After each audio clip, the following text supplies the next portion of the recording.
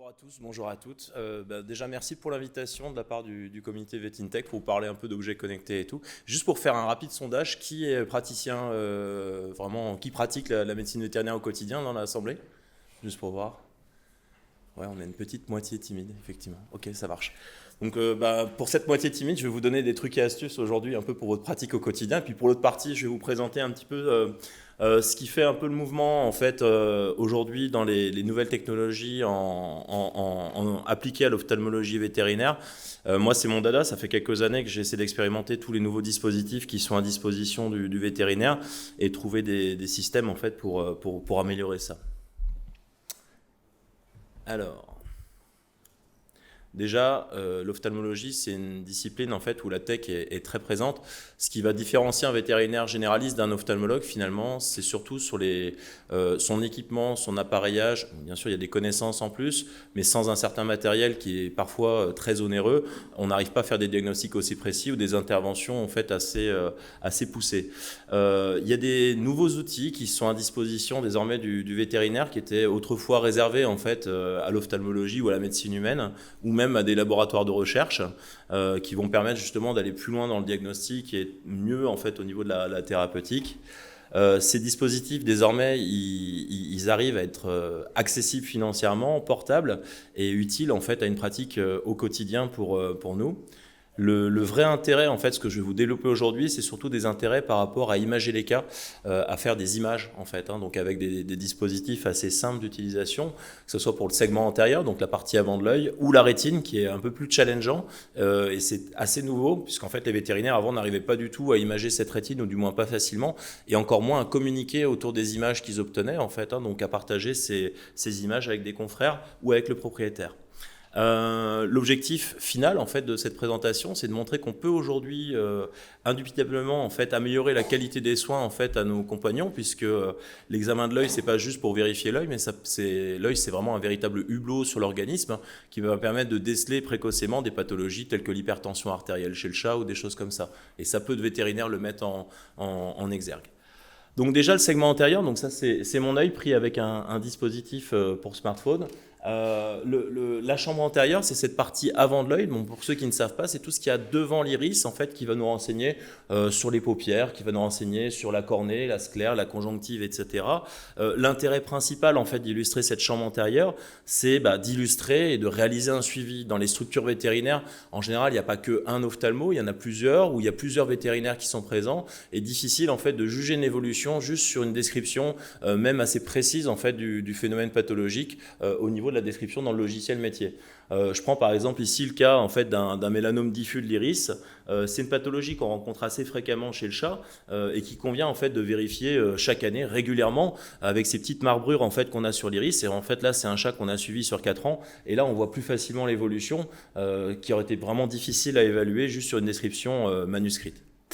L'objectif aussi de ces images, c'est de communiquer avec le client, en fait, avec le confrère, avec les vétérinaires référents, et aussi sur les réseaux sociaux. J'anime en fait une page Facebook où les vétérinaires viennent avec leurs cas, partagent ces cas, etc. Alors si l'image est de mauvaise qualité, c'est plus dur pour nous d'interpréter l'image et d'aider le confrère à distance. Il y a des confrères qui sont malheureusement géographiquement éloignés. On a des confrères qui sont en Côte d'Ivoire, qui n'ont pas les moyens en fait d'accéder à des soins de précision, donc ils demandent leur avis. Et pareil, il y a aussi des propriétaires qui ne sont pas amenés en fait et disponibles pour se déplacer voir un spécialiste. Les modalités, on va voir l'utilisation en fait avec trois systèmes en fait pour faire une visualisation de la chambre antérieure avec le smartphone seul. Donc vous avez tous un téléphone portable, tous les vétos l'ont. Tout le monde en a un, même les clients en fait en ont un, ce qui va permettre, et c'est le lien avec la présentation de Chantal, permettre de réaliser en fait des clichés à distance et justement vos propriétaires vont pouvoir vous envoyer, je dirais, des avis médicaux, des suivis, des choses comme ça, quand ils ne sont pas forcément mobiles. Alors sous réserve qu'ils aient une certaine capacité à utiliser leur smartphone en fait, donc le troisième âge malheureusement des fois c'est un petit peu délicat. On va voir aussi l'utilisation d'accessoires qui vont pouvoir être greffés au téléphone portable pour faire de meilleurs clichés et aussi des dispositifs dédiés. Là c'est très récent en fait, c'est une publication que j'ai fait aussi donc récemment sur le sujet. Donc déjà le smartphone, donc on en a tous un, il suffit simplement en fait de mettre en mode vidéo et pas en mode photo et de zoomer 3-4 fois. Alors suivant les téléphones, l'objectif à l'arrière va changer. On allume la lampe en permanence à l'arrière. Alors c'est plus facile sur Android que sur un iPhone, parce qu'iPhone, il y a une petite manip à faire par rapport à ça. Une fois que vous avez fait ça, donc on va se rapprocher de l'animal, le propriétaire ou l'assistante va tenir l'animal. Capital, on éteint la lumière pour éviter toute réverbération annexe des milieux environnants. Donc on ferme le volet, on éteint la lumière. Si on n'a pas tout ça, on fait ça en salle radio. On filme, donc pendant quelques instants, on va zoomer, vous voyez qu'en fait on a, là c'est sur un appareil vraiment bas de gamme à moins de 200 €, j'avais fait justement une étude clinique dessus, donc on a déjà des choses qui sont extrêmement qualitatives. On arrête la vidéo en faisant un replay, on fait une capture d'écran et après on en fait ce qu'on en veut. Donc ça, c'est quelque chose que j'encourage les vétérinaires en fait à faire, déjà en première intention. Et j'ai mis en place en fait un Bitly, en fait un lien court que j'envoie à nos propriétaires avant qu'ils viennent en consultation pour qu'ils nous envoient des photos des cas pour juger à l'avance en fait de la gravité du cas et pour mon assistant par exemple qui va travailler un petit peu en amont sur les cas, savoir un peu ce qui se passe. Deuxième possibilité, on peut greffer sur n'importe quel téléphone portable des systèmes de lentilles qu'on va rajouter, qui intègrent elles-mêmes en leur sein en fait un éclairage confocal. Alors un éclairage confocal en lumière blanche et en lumière bleue. La lumière bleue pour les praticiens, c'est pour mettre en évidence la fluorescéine. La lumière blanche, elle va permettre vraiment d'avoir, on voit ces deux petits points de lumière qu'on va arriver à voir à un moment donné en fait sur l'œil. Alors au début, c'est un peu tricky en fait à manipuler cet appareil-là. Donc on a aussi un chat qui est quand même assez coopératif par rapport à ça. Donc là on arrive et en fait on a cet éclairage confocal, on voit les deux petits points de lumière en fait en haut en bas qui vont permettre justement de nous guider et sous certaines incidences d'avoir un reflet de la rétine au niveau de l'image qu'on va prendre. Donc là même principe, soit on prend des photos ou soit sinon en fait on va faire un film qui va pouvoir durer un certain temps en fonction de l'agitation entre guillemets des animaux et permettre justement un examen complet. Donc une fois qu'on a fait ça, pareil, on fait un replay, on capture, ça c'est comme tout à l'heure. Les rendus, voilà ce qu'on arrive à obtenir sur différents cas en fait qu'on va pouvoir imager. Donc des pathologies, donc la dystrophie cornéenne, on va avoir des poses d'implants, ça c'est un œil qui a été opéré de la cataracte avec un implant confocal qu'on voit derrière. Ici en fait une atrophie de l'iris, le filtre bleu qui permet de mettre en évidence justement la fluorescéine au niveau d'un ulcère cornéen.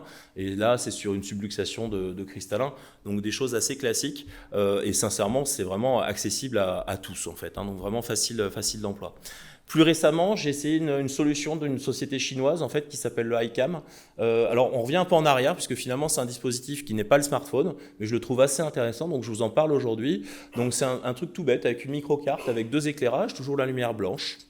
La lumière bleue, en fait, pour la fluorescéine, donc toujours pareil. Vrai inconvénient de ce dispositif, c'est la qualité de la caméra. Ils ont mis une caméra 720 pixels. C'est pas extraordinaire en qualité, mais je dirais c'est accessible. Ça coûte moins de 100 €, en fait, ce genre de dispositif-là. Et on a des images qui sont plutôt qualitatives. En fait, on prend les prises de vue se font juste en appuyant avec le pouce, comme ça, sur le côté. Donc, je trouve ça assez intéressant, en fait, comme principe, en fait, pour réaliser des photographies. Alors, sur l'image, sur l'appareil, ça paraît toujours assez beau, mais quand on les met sur grand écran, en haute définition, forcément on perd un peu de la qualité de cette image. On va voir dans un deuxième temps, il y a une autre possibilité qui a un rôle pédagogique.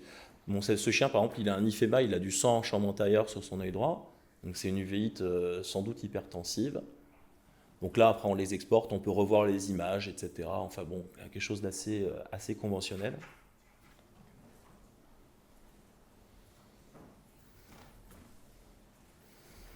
Et donc deuxième possibilité, on le connecte en fait de manière câblée, ils n'ont pas fait de module sans fil malheureusement, on le connecte en fait à un PC ou un Mac ou quoi que ce soit, et là je dirais l'affichage se déporte en fait sur l'écran principal, et là ça va permettre de montrer en direct au propriétaire, au stagiaire qui est avec vous, à l'étudiant, etc., l'examen en fait qu'on va pouvoir réaliser. Donc ça c'est vraiment quelque chose d'assez intéressant, on voit le côté un peu pixelisé, un peu d'image, mais quand on voit comme ça, on arrive à avoir quelque chose quand même moi je trouve plutôt qualitatif, pour faire justement une explication en précisant justement quelle partie de l'œil va être atteinte, etc.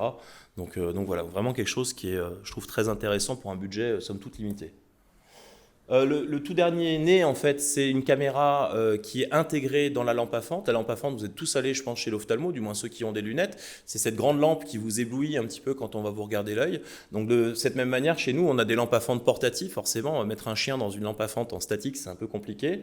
Et ça, ces dispositifs de prise de vue existaient sur les lampes à fente fixes, mais désormais, c'est fait, c'est intégré directement à la lampe à fente.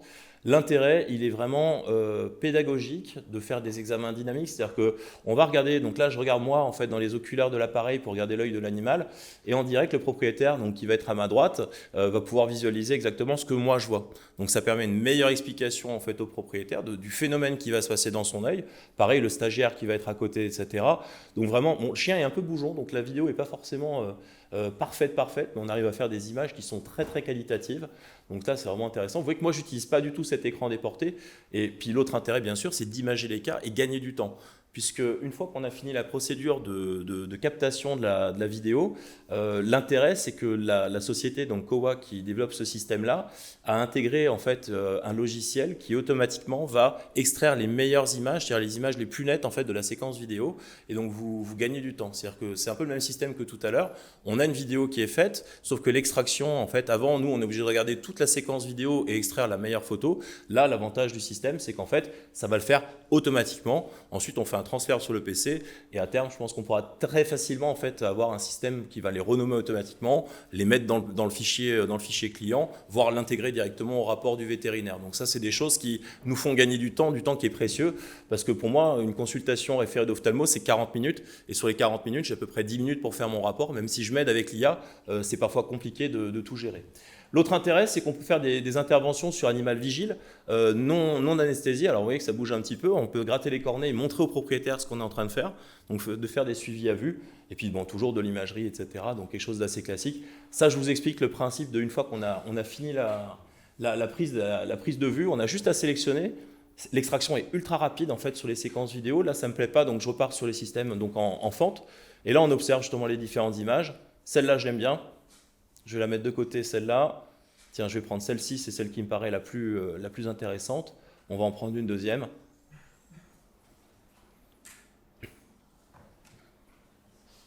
Et une fois qu'on a fini cette extraction, ben simplement, c'est interconnecté en Wi-Fi, en fait, avec le Wi-Fi de la structure. On l'envoie en fait sur un poste qui est en général le poste de consultation, et on a directement un affichage qui va se faire sur l'écran. Donc là, on repasse sur l'ordinateur. On ouvre le dossier et les images sont directement dedans, en haute qualité, on peut les exploiter. Donc ça, moi, je trouve vraiment aujourd'hui, c'est le dispositif le plus intéressant. Le seul frein à son investissement, c'est qu'une lampe à fente comme ça coûte quand même la bagatelle de 8 000 €. D'accord ? Donc c'est quelque chose qui, pour une pratique généraliste, peut un peu limiter son intérêt, mais pour une pratique spécialisée ou exclusive en ophtalmologie, il y a vraiment un intérêt. Donc on ferme ce petit volet sur la partie segment antérieur. On va passer à l'arrière de l'œil, en fait, à la rétine, ce qui pose souvent souci en fait aux confrères, puisque c'est pas un examen qui est facile, parce que on n'a pas forcément un enseignement scolaire qui permet de voir des tonnes d'images. Donc déjà d'apprécier la normalité, c'est difficile. Alors ça, pour les praticiens qui sont là, j'ai fait un dossier spécial, et même les autres, qui se trouvent dans la revue Abstract Vet en fait du mois d'avril ou du mois de mai dernier, justement un comparatif de tous les dispositifs. Donc je peux pas tous vous les présenter aujourd'hui, mais si vous voulez un peu plus d'infos, vous pouvez les regarder sur cet article-là. Il est en ligne, il est sur mon site internet. L'objectif, en fait, d'imager la rétine, c'est quoi le problème? C'est l'interface. Quand vous voulez regarder une rétine, il y a une partie de votre œil qui s'appelle le cristallin. C'est une lentille en fait convergente qui fait qu'on ne va pas pouvoir regarder directement en fait la rétine. Vous devez interfacer une lentille qui contrecarre l'effet du cristallin. Donc on va faire ce qu'on appelle de l'ophtalmoscopie indirecte. Et là, par exemple, ça c'est ma stagiaire, c'est Sophie qui va faire donc on a utilisé ce dispositif. On va placer, ça c'est la lentille indirecte, et on va utiliser un smartphone. Et tout ce branchement-là, en fait, tout ce raccordement, en fait, ça c'est un boîtier qu'on a conçu avec un copain veto qui s'y connaît beaucoup mieux que moi, et en fait, on a développé un modèle 3D, en impression 3D, qui coûte moins de 20 $, en fait, avec une lentille qui en coûte 30 à peu près, et qui permet de faire des images de cet acabit-là, donc quelque chose de plutôt gratifiant. Donc par rapport à ça, notre objectif voulu et souhaité au début sur ce projet, c'était vraiment de trouver le moyen de permettre au plus grand nombre d'accéder en fait à des outils diagnostiques en fait de qualité, et surtout faire des prises de vue. Donc on va le voir en fait en action, ce dispositif. Alors là, c'est sur un animal sédaté, parce que si ça bouge, c'est un peu plus compliqué. Donc là, le principe est très simple, on utilise juste le smartphone et la lumière du smartphone, avec des freins principaux, c'est que le flash du smartphone, on ne peut pas en varier l'intensité. Donc des fois, il y a des surexpositions en fait de l'image qui vont être faites. Donc là, en fait, on fait notre série d'images, soit on filme, soit on va faire des photos de manière isolée. Donc ça, c'est la vue depuis le smartphone, c'est le même examen que ce qu'on vient de voir sur le chat précédent, ça n'a rien à changer en fait par rapport à ça. Alors sur les différents dispositifs aujourd'hui, moi j'en ai, on va dire, basé sur le smartphone, vous en avez 4 sur le marché. Là en fait on va voir en particulier le Nun qui est une société coréenne en fait, hein, donc le Nun de chez Wikioptics. Mais très récemment là je l'ai ramené d'ailleurs, si certains, j'ai vu qu'il y avait des chiens dans l'assistance, s'il y en a certains qui veulent avoir un examen du fond d'œil, je pourrais vous présenter en fait le dernier né qui est l'appareil de la société coréenne aussi, qui s'appelle LabSD, qui s'appelle le Ocuvette en fait, hein, qui est un appareil qui existe. Tous ces dispositifs en général ils sont adaptables aussi chez l'homme en fait, hein, donc le Ocuvette par exemple il a juste changé de nom entre l'application humaine et l'application vétérinaire. Ensuite, on franchit l'Atlantique avec le VistaView de chez Volk, qui est une société qui est très connue pour les lentilles qu'ils développent, et le Examiner, qui est un petit peu plus marginal, avec des. En fait, je vous ai mis à chaque fois l'image en face, et pas compliqué de voir qu'effectivement le champ d'observation est tout de même assez limité. Aujourd'hui, je dirais vraiment, en fait, ça se joue entre les 4 appareils-là, et l'Aurora, dont je ne parlerai pas, puisqu'en fait, c'est un appareil qui ne fait pas appel au smartphone, et qui fait partie, pour moi, c'est l'appareil de référence, mais qui coûte quand même près de 8 000 € aussi pour l'examen, alors que là, on va être sur des dispositifs, celui-là à 700 €, celui-là, le prix officiel n'est pas encore connu, mais devrait se situer entre 2 et 3 000 €, et là, on est à peu près à 2 000 € sur l'appareil de chez Volk. Donc, sur des budgets somme toute assez raisonnables et qui utilisent tous le smartphone. Donc on va voir en détail justement le Nun, qui est, pour moi c'est mon préféré en rapport prix-qualité. L'avantage c'est qu'en fait c'est un ophtalmoscope direct, on peut brancher dessus tous les smartphones, il est réellement universel, c'est-à-dire qu'en fait, qu'on ait un iPhone, un Android, première, deuxième génération, etc., on peut tout à fait l'utiliser. Et voilà les rendus d'images qu'on va obtenir. Moi, je trouve que c'est plutôt qualitatif. Alors après, il y a toujours des variations qui sont liées au capteur CCD, en fait, des caméras des smartphones, qui vont avoir du mal à interpréter les couleurs en fait, du fond d'œil. Vous voyez que ça change entre la couleur vraie, là qu'on a là, et puis des couleurs qui sont un petit peu saturées. Et ça, malheureusement, on trouve toujours pas vraiment la solution en fait, par rapport à ça. Donc c'est un peu au petit bonheur la chance, il y a des variations. Donc on continue à travailler un petit peu sur le dispositif, mais ça se fait vraiment facilement. On a des images qui sont assez hallucinantes, moi je trouve, de rétine, parce qu'une rétine c'est beau, hein, c'est vraiment joli comme structure, et qui permettent clairement en fait, aux praticiens, après ils en font ce qu'ils veulent, ils peuvent le stocker, ils peuvent le monter au propriétaire, ils peuvent l'envoyer en fait pour avis. Et justement le dernier né, là, l'Ocuvette, on travaille avec ces sociétés coréennes sur un modèle où les images pourraient être envoyées sur un cloud, où des spécialistes pourraient relire et revoir ces images pour aider au diagnostic, faire du télédiagnostic finalement en fait en ophtalmologie, mais entre confrères. Donc ça c'est vraiment l'intérêt principal.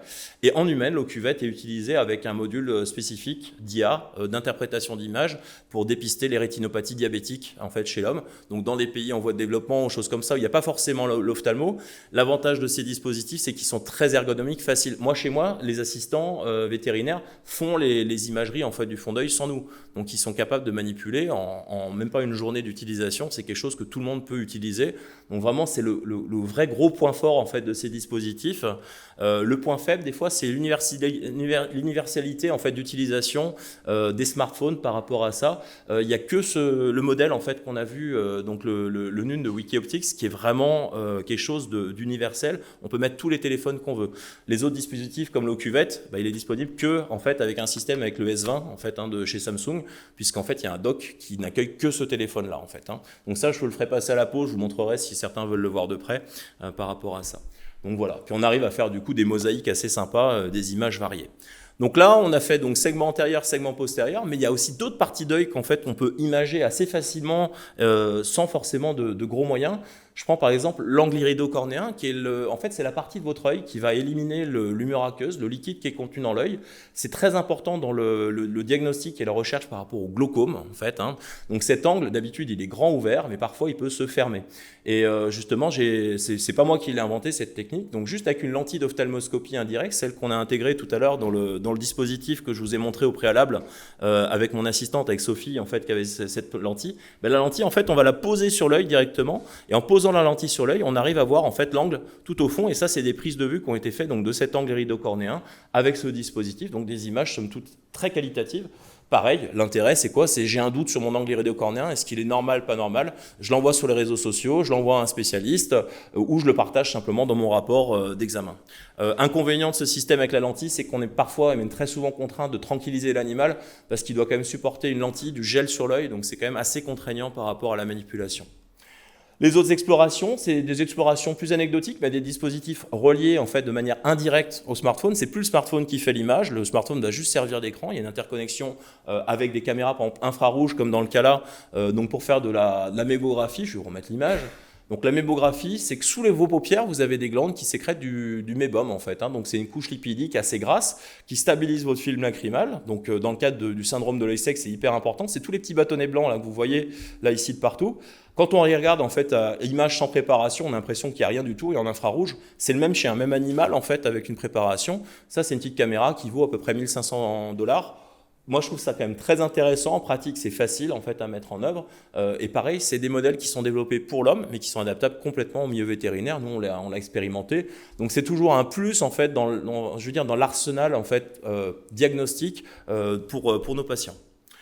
Alors les autres applications, ça n'a rien de nouveau du tout, ça c'est les échographes, sauf que maintenant il y a, vous savez, ces petits échographes Butterfly en fait, qui s'interconnectent avec des dispositifs connectés, avec des tablettes ou des choses comme ça. Moi j'ai tendance à utiliser beaucoup ce genre de choses quand un animal ne peut pas être déplacé, pour aller voir des chevaux, etc.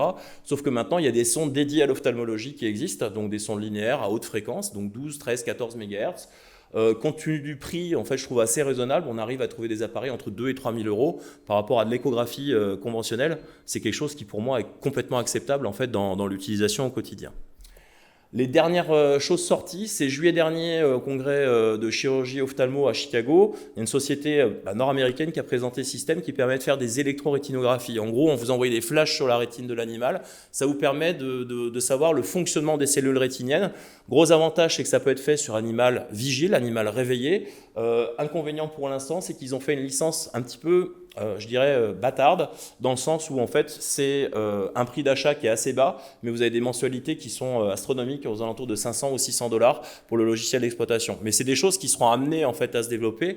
Alors pourquoi l'intérêt pour eux, c'est qu'en fait ils ont développé ça, mais c'est une société qui fait aussi de la pédiatrie en parallèle. Donc pour rentabiliser la chose, ils élargissent en fait le spectre d'utilisation.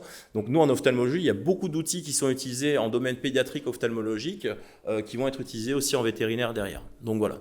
Dans tout ça, je vous ai parlé de pas mal de matériel, mais je vous ai absolument pas parlé d'IA ou très peu. Alors pour moi, c'est plus un épiphénomène, mais quelque chose d'intéressant puisque gratuit. Vous pouvez le télécharger en fait librement dans votre pratique ou le conseiller à des propriétaires. Donc là, le principe, c'est TitiCare. C'est une application coréenne, de nouveau en fait. Donc les Coréens sont assez intéressés dans ce domaine-là, qui a une promesse en fait. Et cette promesse, c'est de vous permettre d'avoir des diagnostics ou des pré-diagnostics en ophtalmologie, en dermatologie et aussi dans les examens locomoteurs. Donc ça, je vous la présente. J'avais fait une petite vidéo en fait par rapport à cette utilisation. Donc c'est assez fun, je trouve.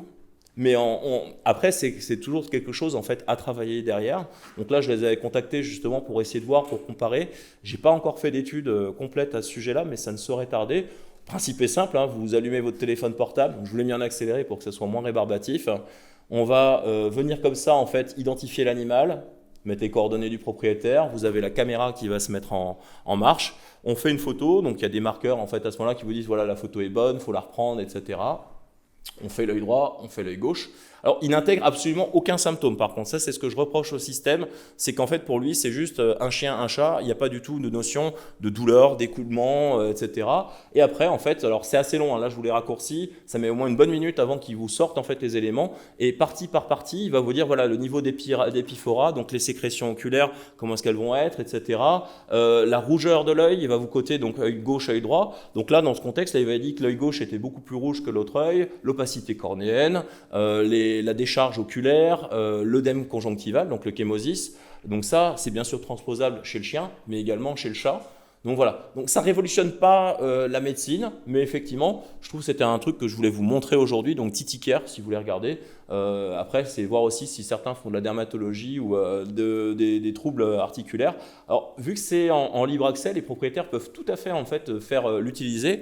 Et j'ai eu récemment un cas justement d'un propriétaire qui est venu en disant, bah voilà, je sais ce qu'a mon animal, j'utilise une application en fait qui m'a donné le truc. Donc je lui ai dit, c'est TitiCare. Il dit, ah, vous la connaissez? Et je lui ai fait une blague en lui disant que j'utilisais au quotidien. C'est d'ailleurs, ça me remplaçait désormais en fait dans ma pratique.